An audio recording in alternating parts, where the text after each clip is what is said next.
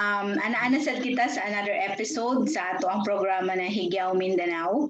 And this is courtesy of the National Commission for Culture and the Arts in participation with the tribal government of the Philippines.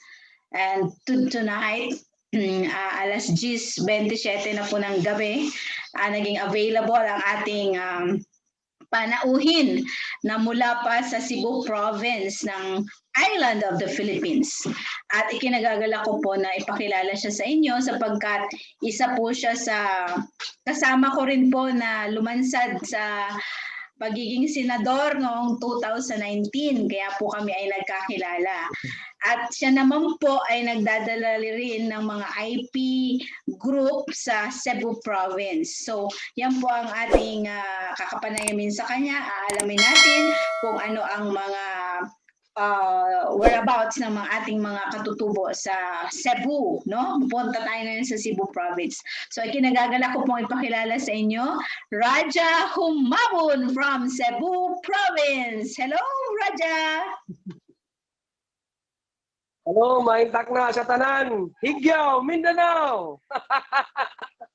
I would like to extend the greetings and opportunity for inviting me sa Higyaw, Mindanao. Special mention ang ating Governor, Higyawan of the Tribal Government of the Philippines and the National Commission on the Arts, Culture and Arts. Salamat po, Princess, for inviting us in behalf of the Kidatuan, Kirajaan of Cebu and the Visayas Islands. Yes, wonderful. Nako, actually, nafe-feel ko na magiging maganda ang ating conversation ngayon because our guest po ay isang IP lawyer doon sa Cebu Province. So, Rajah, tell us more about yourself, tell us more about your clan, tell us more about your tribe. Go ahead, Rajah.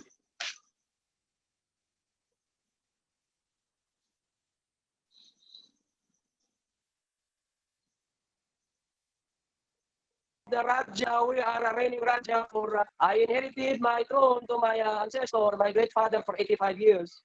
And we have been existing before NCIP exists, before IPRA law was made.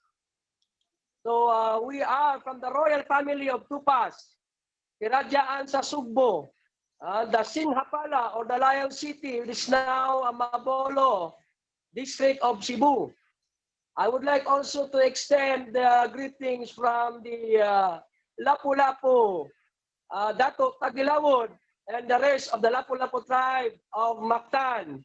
Our tribal hall is located in Paho, Barangay Paho, Mactan. We are the Bonagen Lumad or Binagong Lumad. Actually, we started in 1994. Wala pang ipralo doon sa Salam Marawi City. The movement is called Tribe People, Christian, Lumad, Muslim, based on Salam, Barrio Salam, Mindanao's catalyst for peace and cooperation between bishops of Ulama Conference and the Lumad people of Mindanao, Visayas, and Katutubo of Luzon. So as of now, our alliance in missions for the Listed People Group is as a coalition of more than 50 of tribes led by Sultan, and we also have other group which is KMI led by Julian, and the rest of the tribes coalition, and we are heading the NASIC that started as Mindanao Tribal Self-Governance led by Sultan Saud at way back 1960s and 1970s. So now we are in Visayas to continue the traditional tribal government for and in behalf, in general, the tribal government in the Philippines. Wonderful. And we are also a tribal lawyer. And we are the ones helping the recovery of the Boracay, the beautiful Boracay Island in Panay Region 6, along with Dato Maricudo, which is also the convener of IPRA, along with Joseph Buglas, the father of Jennifer Buglas, and Victor Saway. So now we are continuing the legacy with or without the NCIP. Hopefully, the NCCA will now recognize the race and the clan of Tupas and Humabon. According to them, we are no longer a Lumad because we are Roman Catholics. But in reality, we are still Lumad. And in fact, the term Lumad came from the Bisaya people. That is why, sana naman bigyan ng pansin. Well said, Raja. Natutuwa ako sa iyo kasi talagang ganun ka heartfelt ang iyong pag-assert ng inyong clan and tribe. Well, the National Commission for Culture and the Arts really respects all tribes in the Philippines because sa pananaw ng NCCA, lahat naman po tayo katutubo. Yun nga lang, may mga nandun pa talaga sa tradisyonal na mga gawain. Okay, Raja, matanong lang kita, no? Mga ilan po ba kayo sa grupo nyo ngayon? Sa iyong clan? As far as our royal family is concerned, we have 5 sub-rajanate. The Rajanate of Sari Alhu in southern Cebu, the Rajanates of Sari Ukop of northern Cebu, the provincial Rajanate of Singhapala led by Sari Bantog, and the Cebu Metropolitan main Cebu, Central Cebu is Sari Para, which is the father of Sari Tupas, the first cousin of Sari Humabon, Rajah Humabon. So, in general, the whole Visayas is 2.1 million Sugboanon as far as the Rajanate of Cebu is concerned.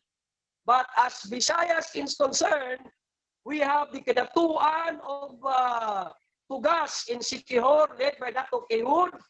We have Kadatuan of Dapitan, which is Bohol, Taguhoy, and Sikatuna. We have Kinatuan of the Masao na Togara of Samar and Leyte.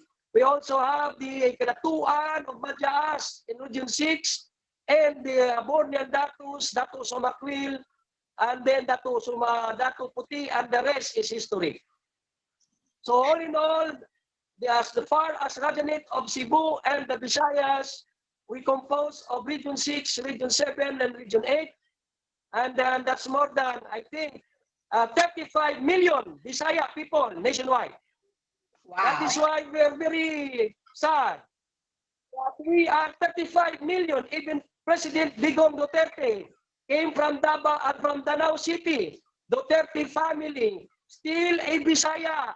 But then again, administratively speaking, we are not part of the listing because the NCIP 110 tribes is just a recycle list of the CNI and Panamin. Naging ONCC, ONCC merged in CIP, and the OMA becomes in CMF. And until today, in reality, the tribes in the Philippines is 175. The only recognized minority tribe is 110, and the 65 majority tribe is not recognized by the NCIP, but recognized under the law, Republic Act 8371, Section 3, Paragraph H. Okay. So, and then it was asserted in Section 13 and 14. It is said like this in Section 14 under autonomous, that the Philippine government, the state itself, recognizes other tribes that are not included in the Muslim Mindanao or outside Muslim Mindanao, not included in Cordillera Igorot people. The other indigenous cultural communities or indigenous peoples are those Hispanic native converted to Roman Catholicism. That is why that is against the law in Section 3, Paragraph H, because the definition of an IP is it has a common history, a language, and a culture, and then as a territory before the colonization or within the colonization and before the arrival of the colonizers. That is why we are recognized under the international law, Article 4 of the United Nations Declaration of Rights, of indigenous people, and we are also recognized under the law of IPRA.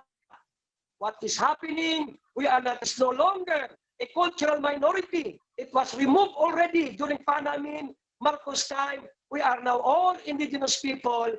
In Mindanao, it's called Lumad, and the other part of Mindanao is called Bangsamoro, and then in Luzon, it's called Katutubo, and we are in Bisaya, we are the Born-again Lumad or Binakong Lumad. That is why in your area, it's called Higyao, Mindanao, but in Bisaya, Hugyao, Kabisayan. Nakakatuwa talaga to si Raja. Very lively. Alam mo Raja, dun sa sinabi mo, parang nare-recall ko yung Philippine history natin sa mga libro na pinag-aralan natin sa mga school natin. Ano? Kasi talagang namang totoo na umpisa pa lang ng Philippine history, si Raja Humabon na yung nadatnan talaga nila Magellan at Magellan. So talagang it's about time na maintindihan talaga natin na meron pa palang mga salin lahi ang angkan ni Raja Humabon. So can you please explain to us, kasi minsan hindi na masyadong naiintindihan yung Raja, Rajanate. Can you expound more on that and explain to us why it is called Raja? Tanong yan, Princess. No, bae. If you get the example of the Sultanate of Sulu, before it became a Sultanate, as the Muslim Arab people, missionary came from Saudi, they arrived in Sulu in the year 1280 AD. 1280 AD. In 11th century and earlier than that, in 900 AD, ang tawag sa kanilang leader is Saripada Daon and Saripada Dayang. And the Saripada, okay, was the descendants of the Rajah. Their first ruler is called Rajah. It becomes Tuan, it becomes Timuay, and then comes up with Adatu. Then they are converted to Islam. The Rajah is called a Sultanate. That is why the Datu only hold a barangay. Okay? But the Timuay and the rest of the Tuanship is called a tribal municipality or district congressman. But the Rajah composed of the provincial power. That's why they're called Rajah. That is the traditional indigenous political structure under Section 16 as per IP concern on the Republic Act 8371.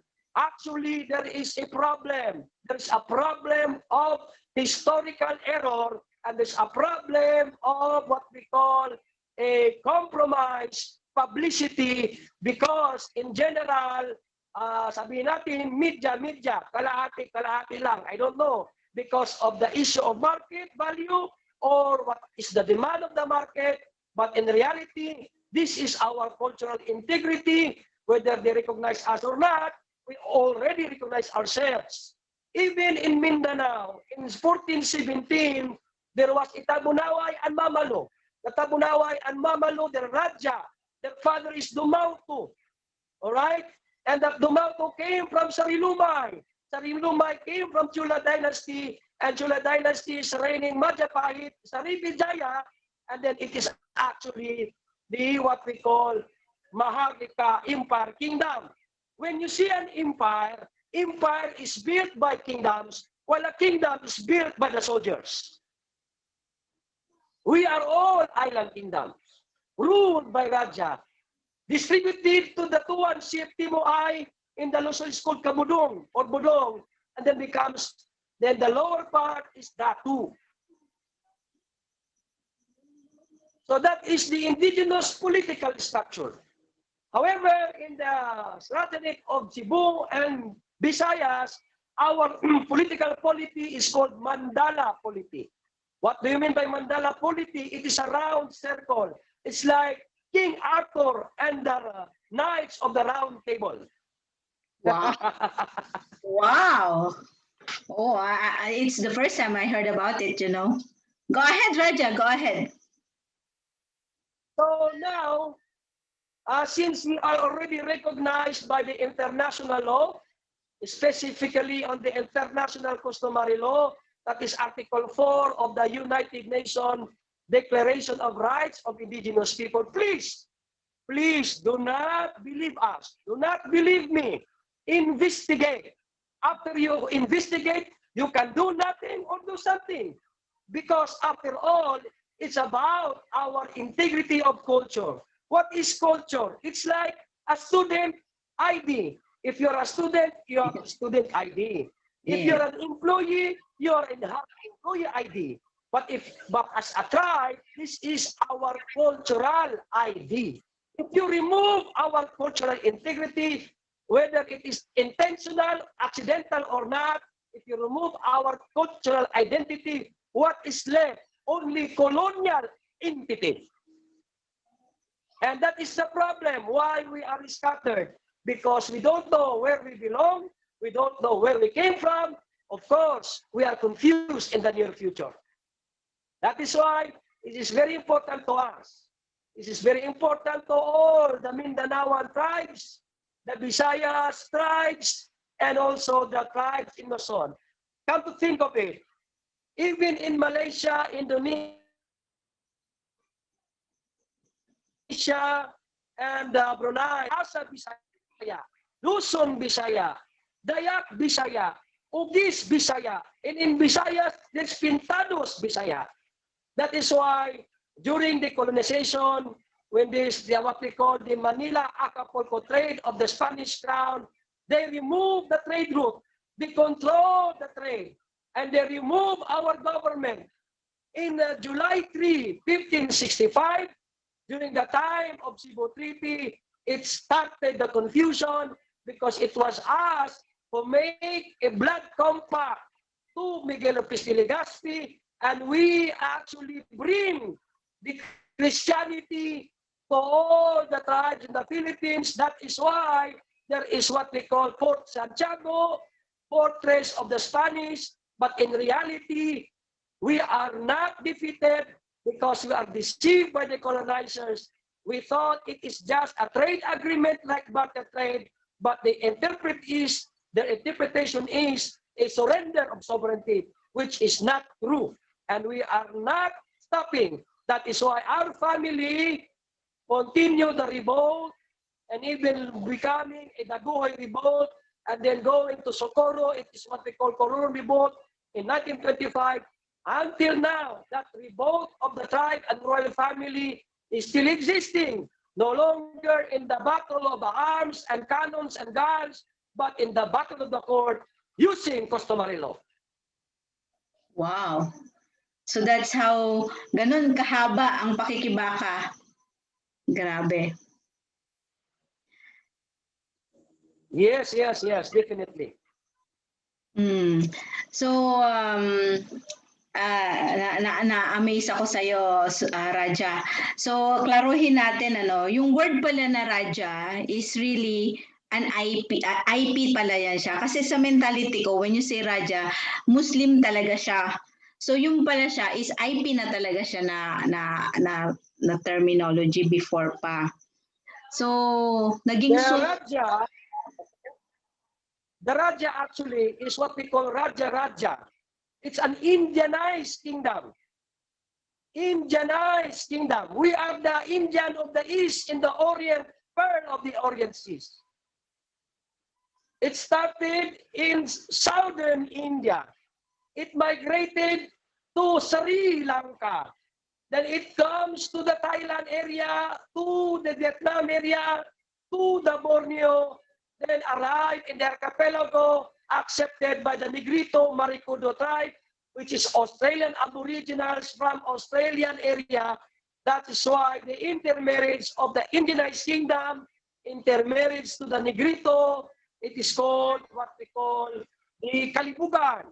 That is why the Maharlika in general is Kalibugan, because the black and the Kayumangi intermarriage is called Kalibugan. That is why, what do you mean by a tribe? Tribe is composed in this manner. Family plus family equals a clan. Kaya may tinatawag na clan reunion. Clan plus clan with a territory and language is a tribe. When a tribe intermarry to another tribe, it is called a nation. And when the nation has laws and constitution, it is called a state. That is why, as a state, we are the State Republic of the Philippines. As a nation, we are Bansang Maharlika.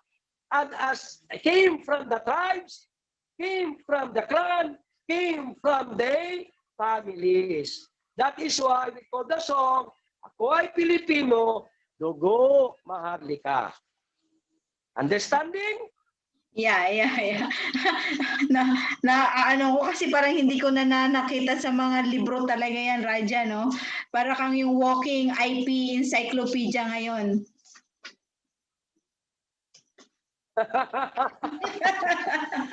We inherited the knowledge from our babaylan, from the Apo Magbabaya, Bathala, and from our Ginoo in Visayas. The problem is, when you go to Luzon, when you say Ginoo, it just refers to a man.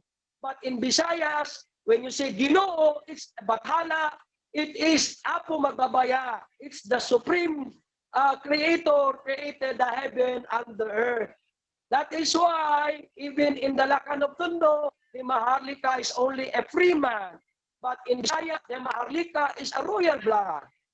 That is why we differ in polity, and polity differ on the origin, and that origin differ on the worldview, and that worldview differ on the polity, and that polity differ from each island kingdom, refer to each other's polities.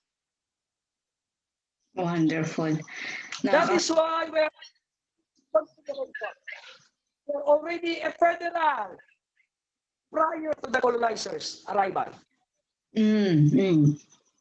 Yes, yung federal na yan.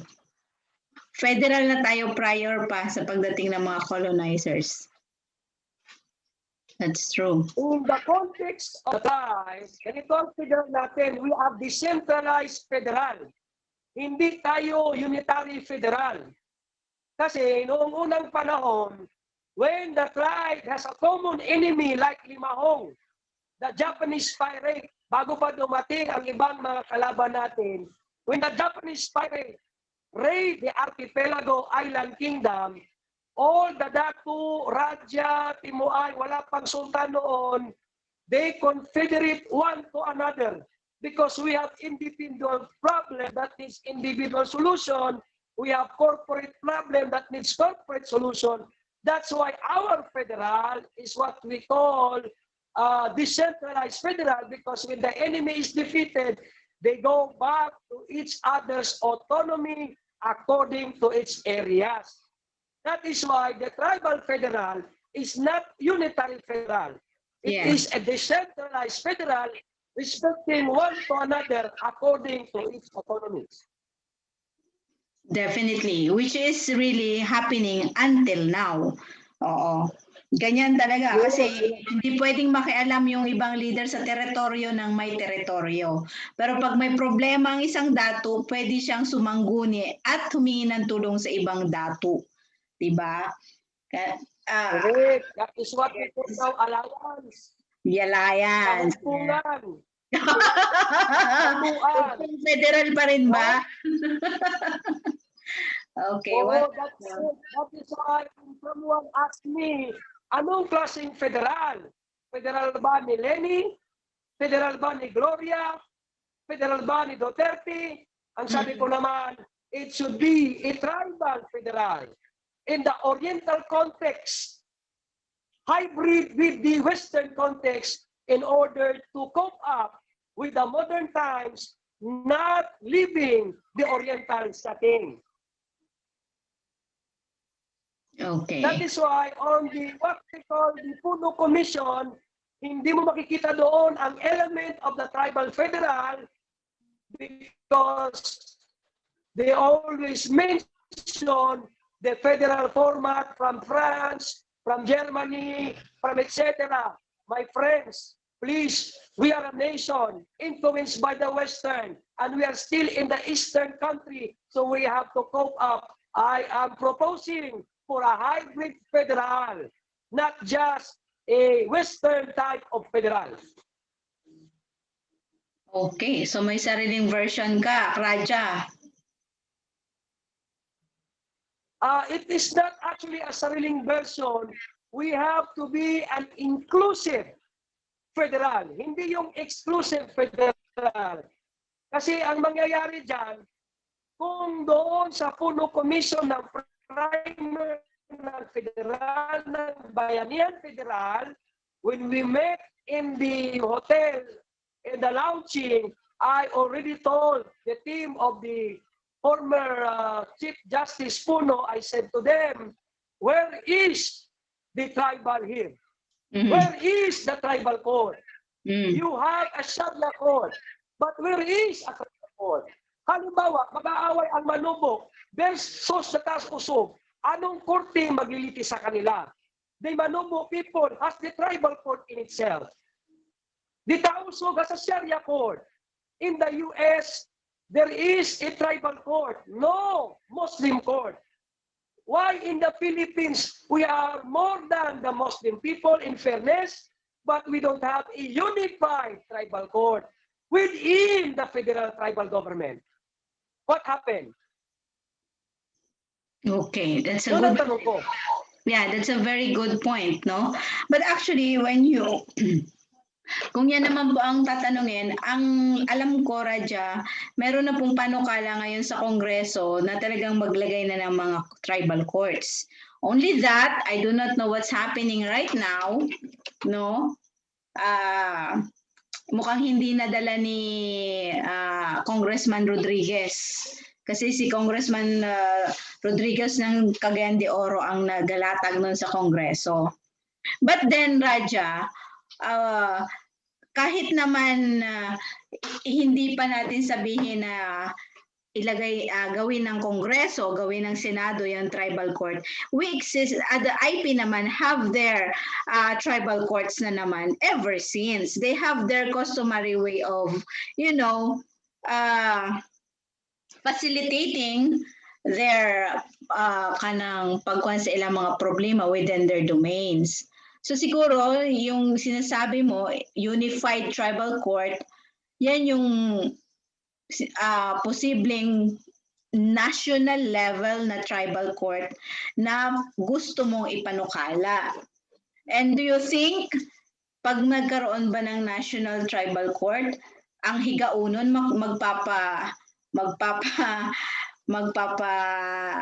ano siya, yung magpapalitis siya sa hindi niya kapareho ng tribo?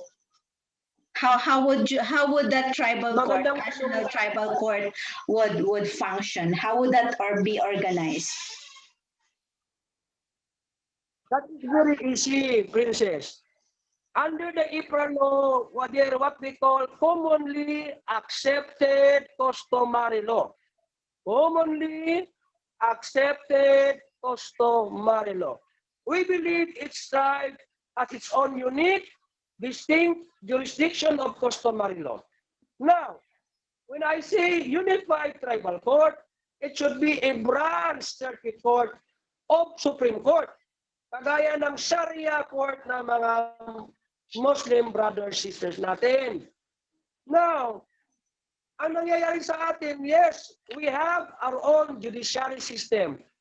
But then again, it's still inside the executive power, executive branch of the branch of government, which is a quasi-judicial court under the NCIP.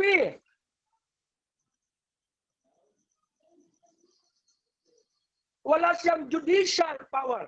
In reality, under what I am pleading to you, my friend, all the tribes in the Philippines, kung sino nakikinig sa akin, we are pleading to you that we should have a branch circuit court of the Supreme Court called a tribal court like the U.S. tribal court in United States of America. I see your point. Yeah, I see your point.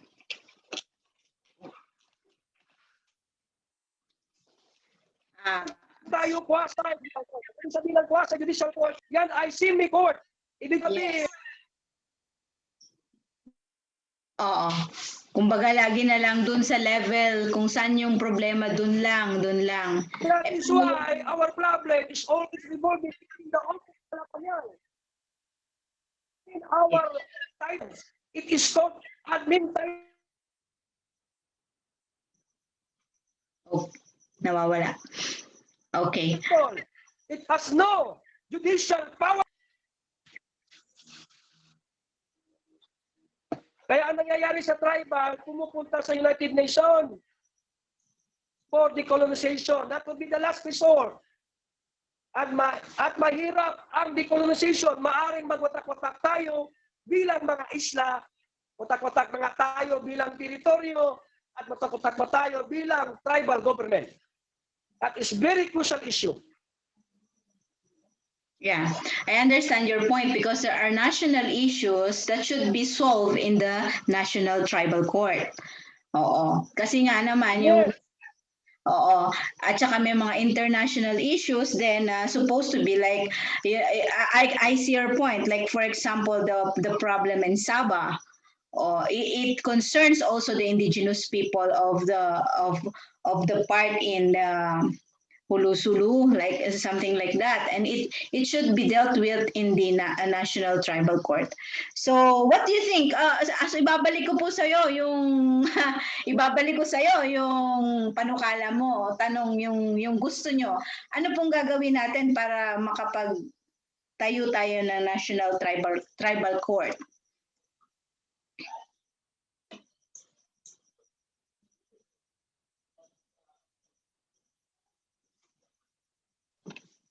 Very simple. Very, very simple. We need somebody in the Congress will going to sponsor it, and the tribal government will going to be the lead convener in the Senate hearing, and it will become a Republic Act, and then that will be under the judicial branch of government in the Philippines. Hindi na tayo under ng Malacanang. Yung ating tribal court will be under the Supreme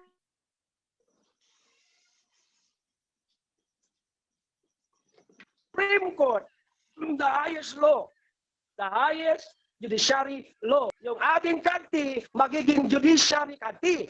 Hindi lang siya administrative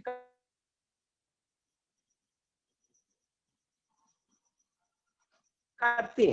Kasi kung magiging admin kanti lang yan, ng NCIP, kung sinong malakas sa administrasyon, yun lang ang malapit sa luwag. That is why nagtulo-gulo na tayo. Dahil kung wala na presidente mo, wala namang bisa. Understood.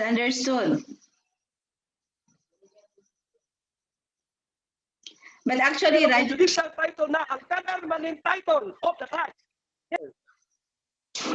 We will make the country as judicial title, not Malacanang admin title.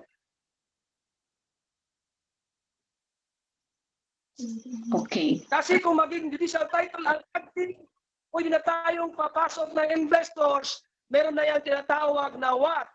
Ang tawag dyan, pwede na siyang gagamitin sa bangko, pwede siyang maging guarantee. Doon lang magagamit ang country as sovereign guarantee. Until it is not a judicial title, it has no sovereign guarantee. Napakabig. Wala tayong pundo. Yeah. Wala tayong pundo. Umaasa lang tayo sa awa ng mga NGO. I see your point. Oo. Kasi nga ngayon, tama ka Raja, kasi nga ngayon kahit pa malalaki ang mga kanti natin, nafo-fall pa rin tayo, kagaya here in Bukidnon, ang mga kanti dito, rinirentahan ng mga multinational companies. So kung you mean, pag naging judicial kanti na siya, mismo ang IP na ang pwede mag-guarantee. Yes. But do you think is it parang pag kasi ginaranti na sa bangko, parang makakatakot na Raja. Hindi ba tayo mabaon sa utang ang mga kadti holder niyan? No. What you mean by sovereign guarantee? No, no, no. Not like that. Hindi yan guarantee, makinig.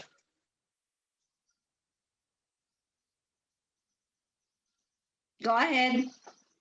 We can get 30% from the BIR collection. Oh. 30% from the Bureau of Internal Revenue Collection, maliban pa sa investor. Kasi it is a judiciary. Alright? Sa ngayon, punta ka sa BIR, hindi ka nila bumalik ka pa rin sa NCIP, upper forum. Yeah. Everything is under NCIP right now. Kaya yung NCIP, kumukoleksyon ng marami. Doon na korupsyon.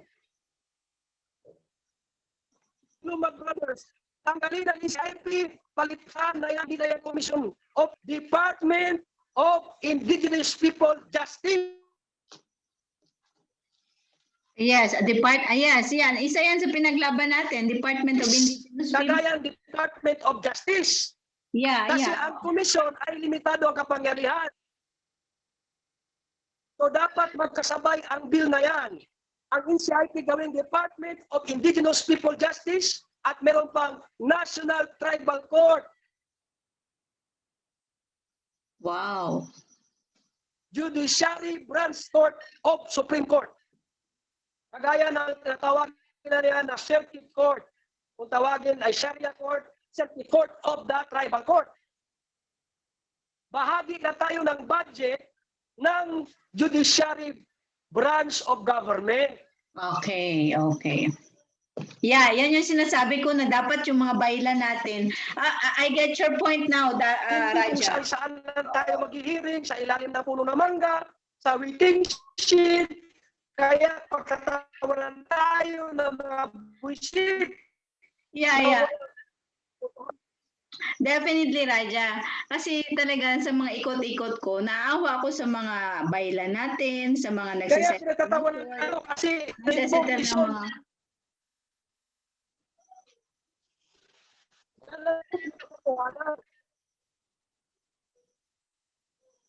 Yeah. Kasi nga hangga't walang budget ang tayo from the national court, hindi rin makakagalaw ang mga dato to settle the disputes properly na recognize ng ating gobyerno. Of course. Kaya marami sa atin na discourage. Kasi kahit saan alam mo, marami sa mga dato na discourage dahil hindi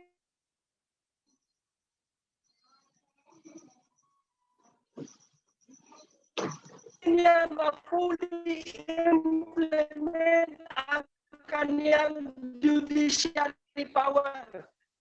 Hindi niya fully ma-implement ang kanyang executive power.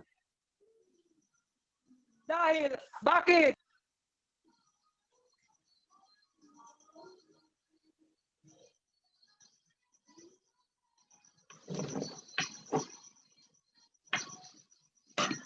Go ahead, Rajah. I'm listening. Hello? Yeah, go ahead. Yan ang dahilan, bakit tayo ikot, hindi tayo natatapos. Para tayo.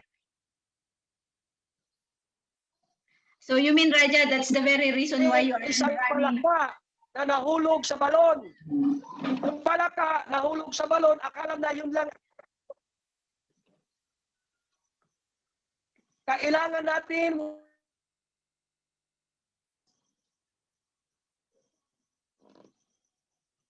umupo bilang senador, princess. Mas maraming tribal na senador, mas maganda. We need more votes in Senate. Kasi hindi na tayo naiintindihan. Yeah, definitely. Ganito, Rajah. Kaya kailangan natin tayo mismo ang umupo doon at kailangan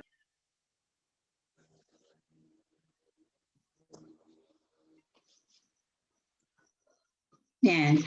Okay, that is yan ang inspirasyon mo, Raja, sa paglansad sa politika, ano? Oo, so ngayon naintindihan ko na kung bakit ganyan kasidihi ang iyong damdamin patungkol sa pakikibaka.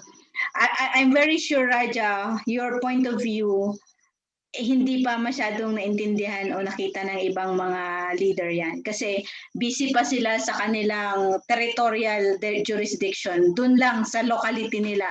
But your mentality is more on a national level na kailangan talaga magkaroon tayo ng sovereign, yung sinasabi mo pa na magkaroon tayo ng sovereign na pagkilala. True legal process pa rin. True legal process pa rin talaga. That's why, actually, Raja, dapat talaga ngayon, sa panahon ngayon, ako, kahit pa hindi, Raja, ako talaga, even though I ran last 2019, hindi ko linalagay sa isip ko na every election magraran ako.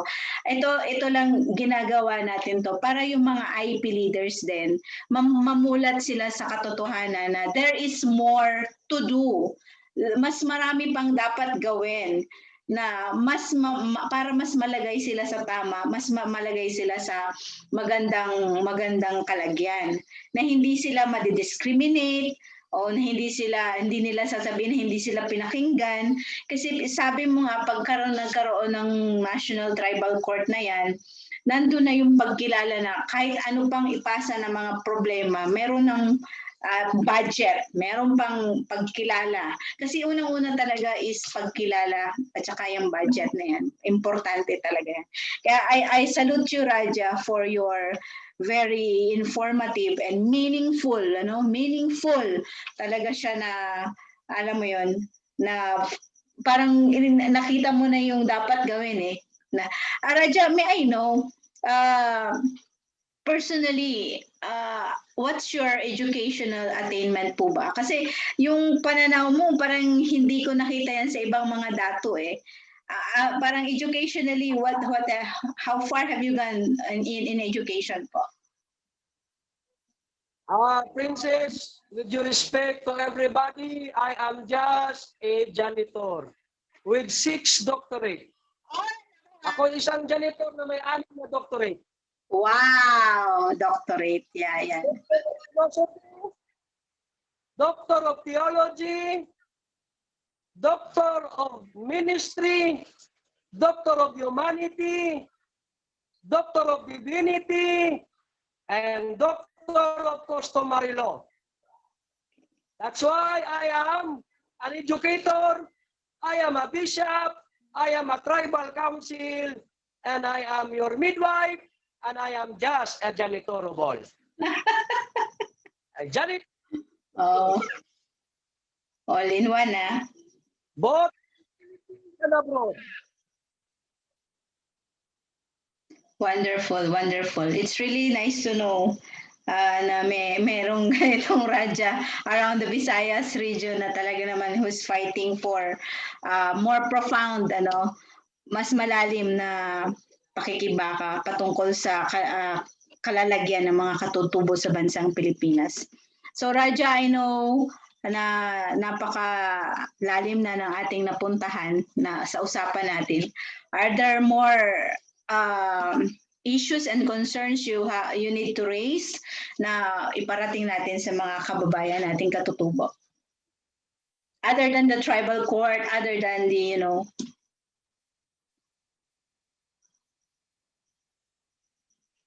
Ito lang, pakiusap lang naman kung pwede lang. Again, there are problems that are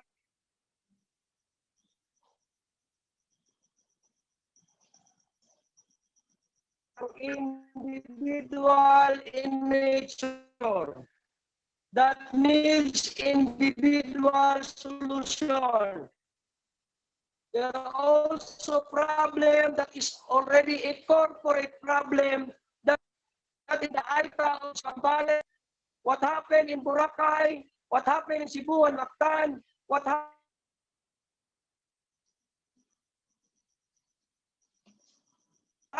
in Mindanao, we have the same yung national problem. Yung ating agawan, ang ating teritoryo, dahil yung ating Patay. Ay, Raja.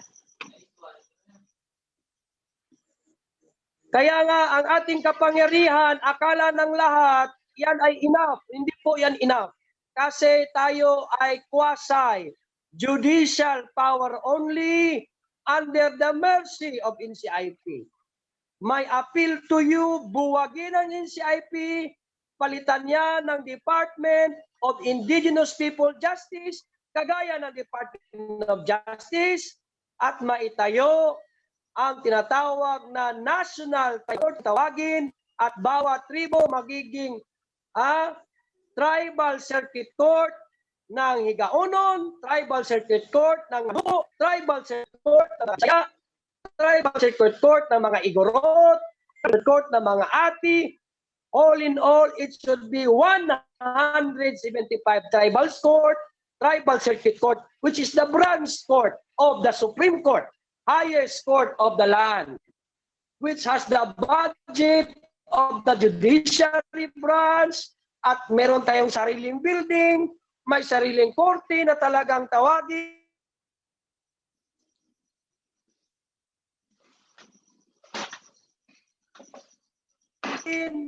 Hindi yung korte lang na kagaya ng basketball court at food court.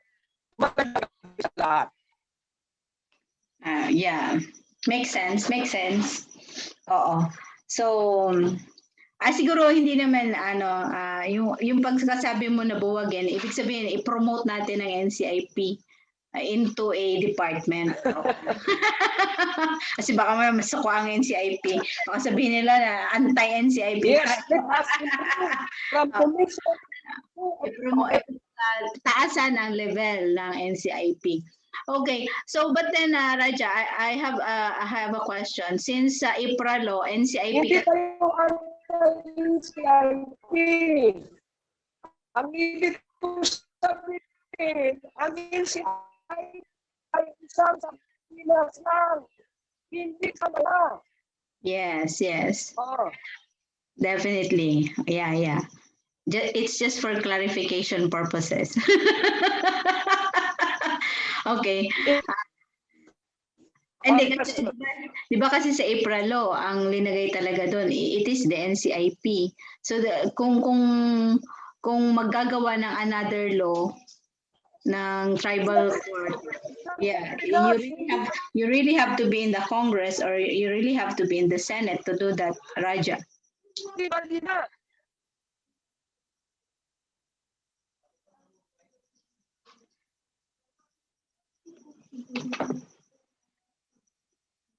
Sampa, yung tinatawag na senior citizen at PWD,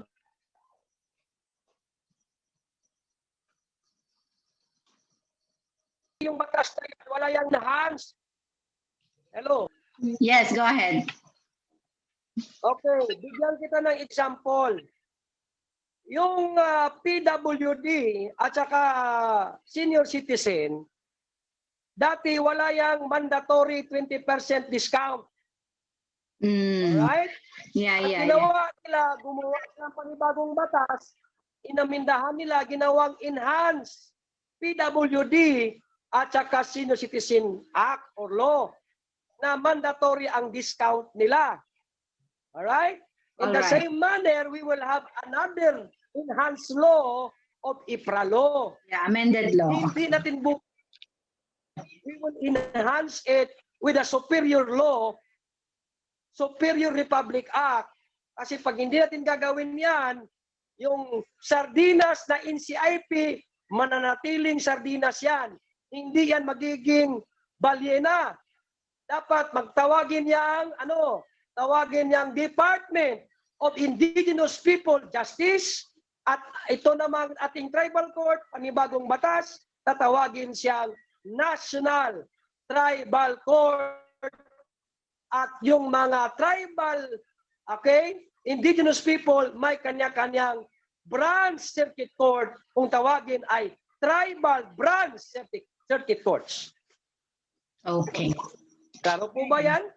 Yes, yes. I think I think by now you should have the draft of that law, because whether or not makapasok tayo in politics, we should be doing that. We should lobby that to the Congress and to the Senate.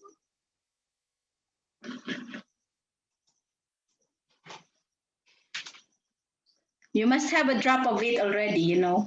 We are calling for a national convention. We are calling for a 175 convention, and to draft it within ourselves.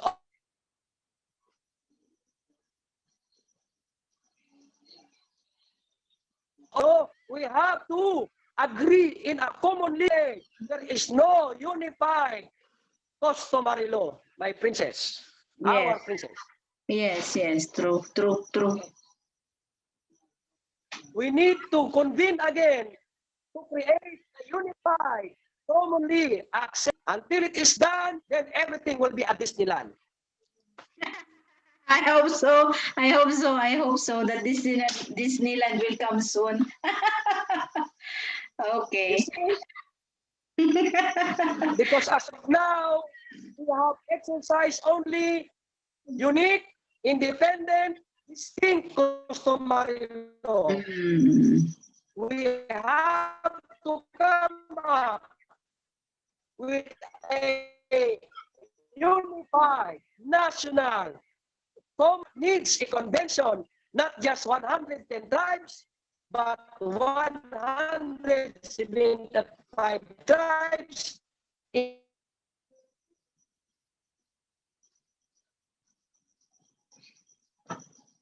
in both cultural minority and the cultural majority. Walang cultural minority kung walang majority floor leader. Taro po ba? True, true. Okay. So I think we have so information coming from you. Raja.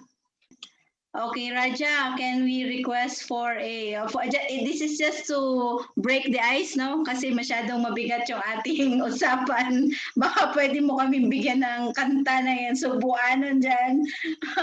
We're very, very excited to listen, you know. Subuanon song, a very famous Subuanon song. I believe many of you know the song. Alright? Kasi ang iniisip ngayon ng mga katribo natin, mahirap yan, hindi tayo sanay. Mahirap yan. Merong Bisaya song na ganyan eh. Yung, I will sing some lines of that and you can continue. Let me start the song. Ambot kong ngano, nganong daghay mga upaw ug ulo, hining klasiha sa tawo, kasagarang makalbo. And then the doctor said, kay sa dugay maanad ramo. You see, anad-anad lang yan. Sanay-sanayan lang yan. For the meantime, hindi tayo nasasanay. Sanayin natin ang sarili natin to implement our commonly accepted customary law within our convention. Like the people of Canada, they have what we call AFN, Assembly of First Nation, which is the assembly of the indigenous people of the tribes in Canada. If Canada can do it, why not the Philippine tribes in the Philippines? Magandang gabi, magandang umaga, maayong taknak ang itong tanan, Hugyaw, Mindanao! Higyaw, Mindanao! Nakakatuwa. Nakakatuwa ka talaga, Raja. Nodal moment with you. Nodal moment with you. So, on behalf, also, we are going to end our session, Raja, no? Because I know maganda yung naging flow na usapan natin. So, I think, yes, drafting that law, kung magda-draft man tayo, kailangan ipadaan talaga sa mga convention. So, hopefully, no, with Governor Higawan, the tribal governor, we could meet you there in Cebu or wherever, basta okay na ang panahon at pwede na tayong gumala-gala. Ngayon naman, pwede naman through communication via email, no? para lang may mangyari na umuusad na mga trabaho for the indigenous people. So on behalf of the National Commission for Culture and the Arts and the Tribal Government of the Philippines, Rajah Humabon, I'd like to congratulate you for having such a brilliant mind and a brilliant proposition or proposal for the indigenous people. Isa ako sa nagpo-pray na the NCIP would really, recognize your clan, your group, but then with or without the recognition, you deserve to, self-govern. You deserve to, do what it takes para lang makilala at magampanan nyo bilang Rajanate ang inyong mga responsibility in the island of Cebu.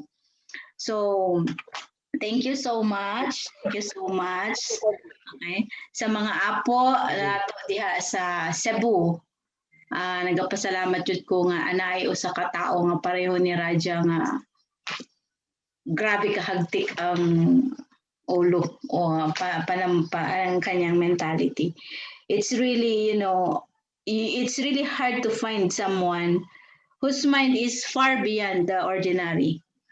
Kaya, Raja, kailangan paningkamot diha. Paningkamot yun na, for the sake of the motherland and for the sake of all the tribes. Naiyak na tuloy ako, Raja. So, any parting words, Raja? Go ahead.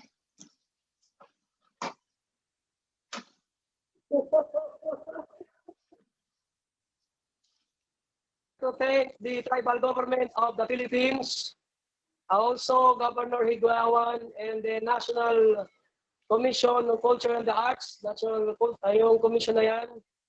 Sana may awa ang Panginoon, ang atong Ginoo, ato mababaya.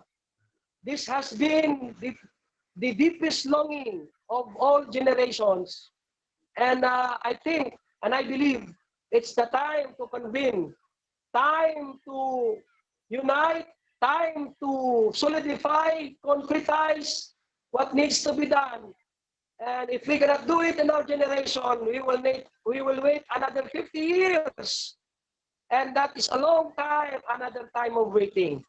Sana po, bigyan natin ng pansin yung ating sitwasyon. Because until we do something, nothing will happen. Magandang gabi uli, magandang araw sa inyo kung kayo naman ay nasa ibang bansa. At maayong takna atong tanan. Yes. Okay. Salamat po, Bayo Princess, YouTube or anumang platform. Salamat po. Yes, okay. So thank you. And to all the tribes around the world, we are, greeting you with all gladness. And I hope na in this pandemic season, all of you will be able to secure yourselves, secure your clan, secure your tribe, because this is the time that you have to unite to secure everybody around. So Raja, thank you so much to the clan of Cebu and to all the tribes in the Philippines. Mabuhay, mabuhay, mabuhay! Higyaw! Mindanao! Bye-bye!